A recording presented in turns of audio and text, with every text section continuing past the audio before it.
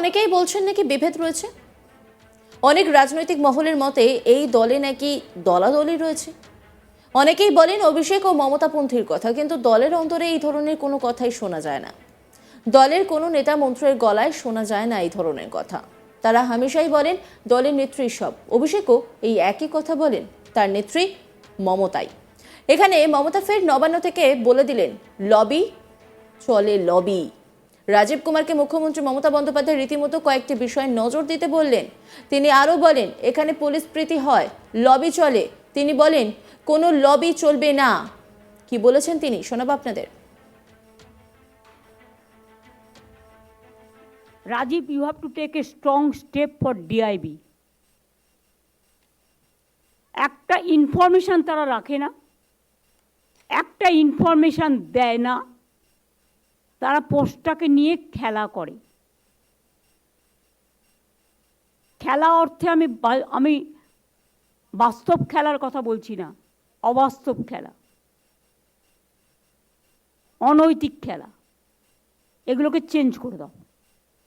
আর তোমাদের আবার আছে পুলিশ প্রীতি, তোমাদের এক একজনের এক এক রকম আছে। যারা সত্যিকারে কাজ করে, অনেক সৎ পুলিশ অফিসার আছে, খেটে খায়, তাদের দিকে তোমরা নজর দাও না। লবি চলে, লবি। এই লোকটা আমার বন্ধু, একে প্রমোশন দিতে হবে। ওই লোকটা আমার পরিচিত, ওকে আগে নিয়ে আসতে হবে। কেন, কিসের জন্য? যে কাজের লোক হবে তাকে দিতে হবে, যে কাজের লোক না হবে কোনো লবি চলবে না। লবি একটাই, লবি হচ্ছে মানুষের।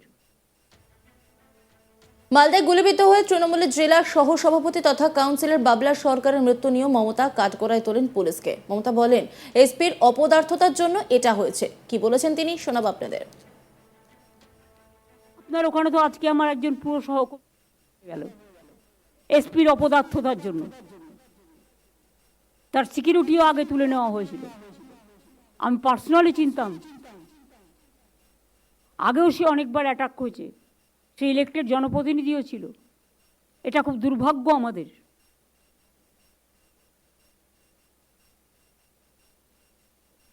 ওখানে বর্ডার আর কালিয়াচক নিয়ে যদি ব্যস্ত থাকেন তাহলে কিন্তু জেলার ডেভেলপমেন্ট হবে না।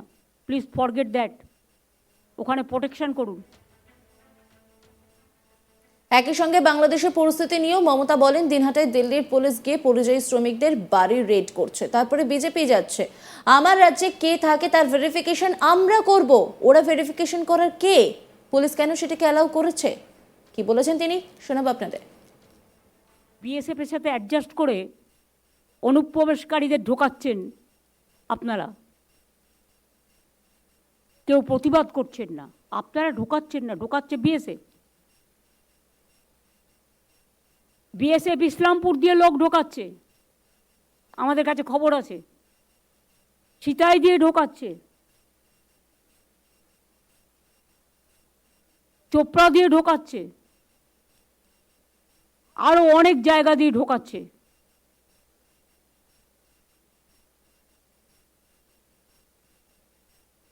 বিএসএফ মেয়েদের উপর অত্যাচার করছে, কিন্তু আপনাদের দিক থেকে কোনো প্রতিবাদ কেন হয়নি? ডিজি রাজীব কুমারকে আমি বলবো কোন কোন জায়গায় লোক ঢুকেছে, লোক ঢুকিয়েছে বিএসএফ। কারণ বর্ডার আমাদের হাতে নয়, বর্ডার হচ্ছে বিএসএফ এর হাতে। যারা বাইরে থেকে আসে, ভিসাও আমাদের হাতে নেই, সেন্ট্রাল গভর্নমেন্টের হাতে। যারা প্লেনে আসে তাদের কোনো লিস্টও আগে আমাদের দিতে এখন দেয় না, ফলে আমরা জানতে পারি না কারা আসছে, কারা ঢুকছে। ট্রেনও চলছে, বাসও চলছে, বিএসএফও চলছে।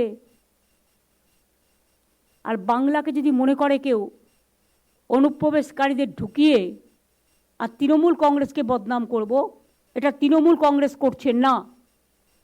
তৃণমূল কংগ্রেসের করার অধিকার নেই এবং সাধ্যও নেই। এলাকাটা কন্ট্রোল করে বিএসএফ।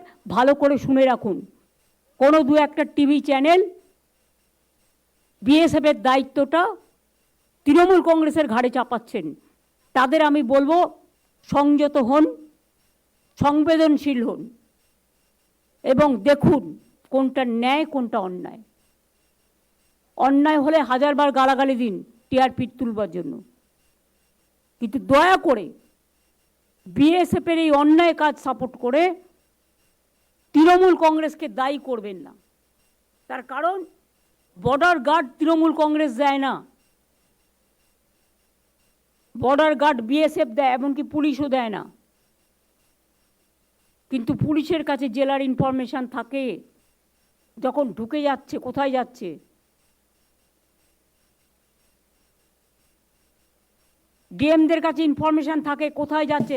মনোজ, তুমি কোনো ইনফরমেশন পেয়েছো ডিএমএসপিদের কাছ থেকে আজ পর্যন্ত? পাওনি। তার মানে ডিএমএসপিরা তাদের দায়িত্ব পালন করেনি।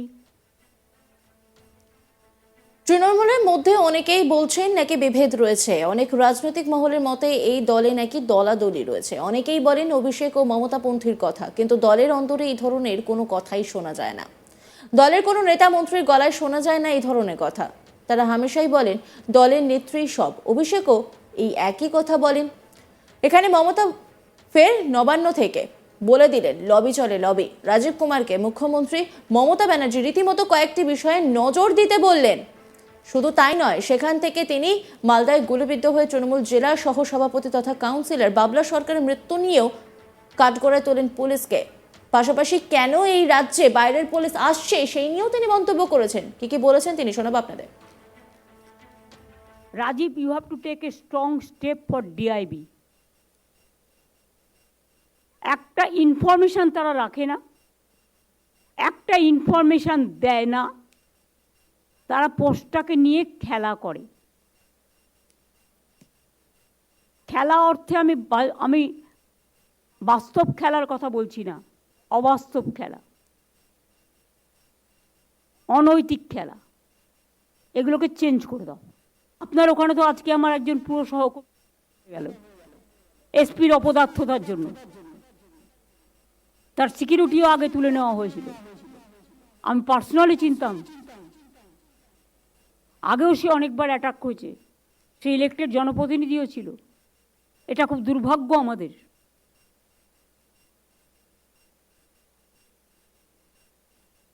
ওখানে বর্ডার আর কালিয়াচক নিয়ে যদি ব্যস্ত থাকেন তাহলে কিন্তু জেলার ডেভেলপমেন্ট হবে না।